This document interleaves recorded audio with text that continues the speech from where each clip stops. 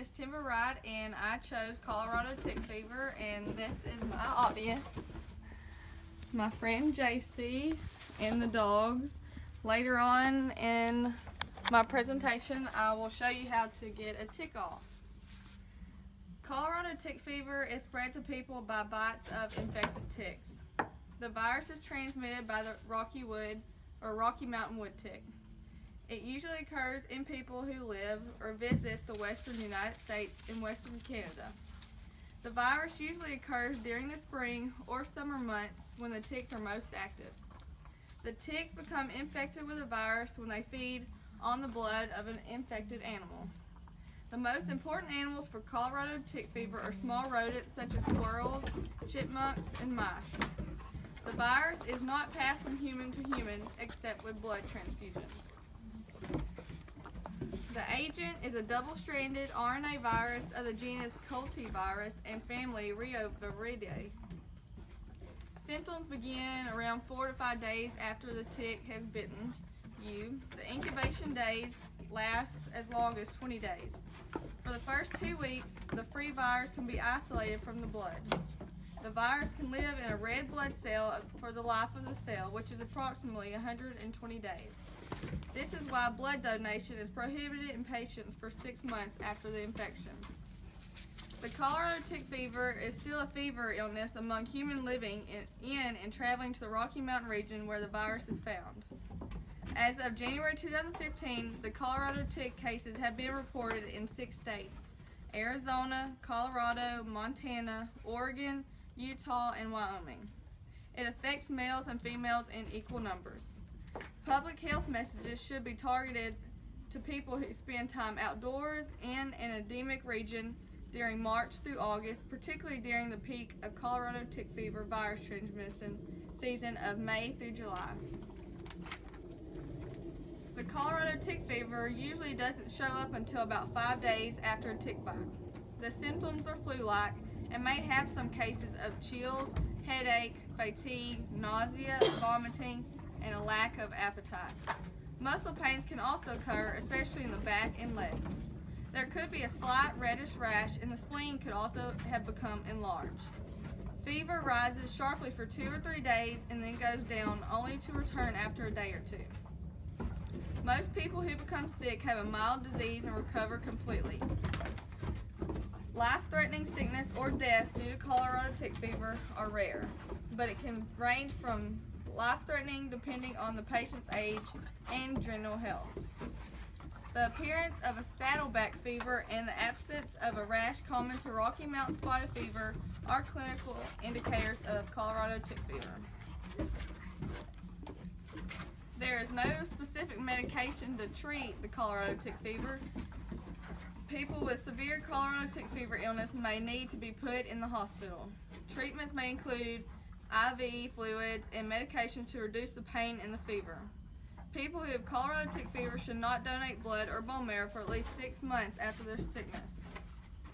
Preventions may include by wearing long sleeve and pants, using insect repellents, avoid wooded and bushy areas with high grass, and perform thorough tick checks after spending time outdoors.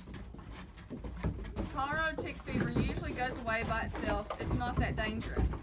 You need to call your local health care provider if you're unable to remove an embedded tick. The prognosis for patients with Colorado tick fever is good, even with the complicated symptoms. Prompt recovery is the expected outcome. Rare deaths have been reported. Complications seem to occur more frequently in younger children than older adults.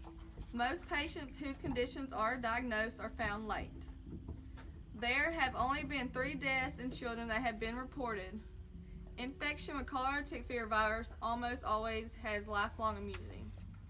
Now I will give y'all an example of how to properly remove a tick. I couldn't find a human who had a tick on it, so I'm just going to use my dog. I found a tick on him.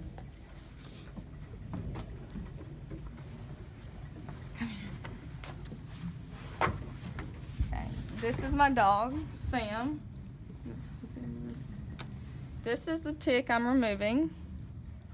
First, I'm going to put some alcohol on it.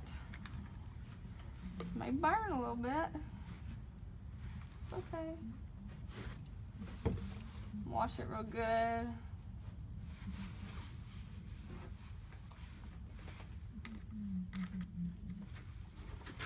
Okay.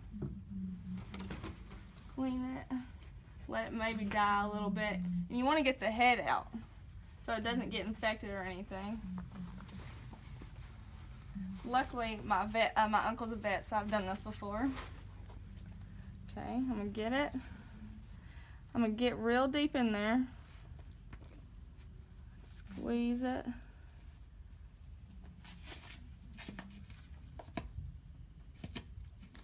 And pull it out. Make sure I got the head and everything. And then after that, I'm gonna wash it with some alcohol. I know it burns, buddy. Wash it real good. And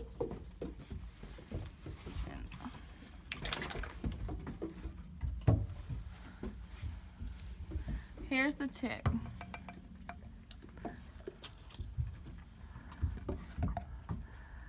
And my uncle's a vet, so I'll give it to him and he'll send it to his people and they'll check to see if it has any diseases.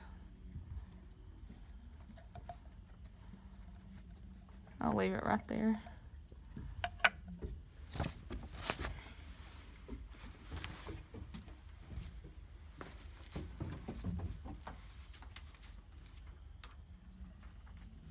You want, if it's embedded in the skin and you're starting to feel like you have symptoms of the cholera tick fever, you need to go to your local healthcare provider and let them properly remove it, because if you don't get the head out, it could be worse. But my name is Timber Wright, and I hope y'all enjoyed my video, and I'm glad to see everybody else's videos. Thank you.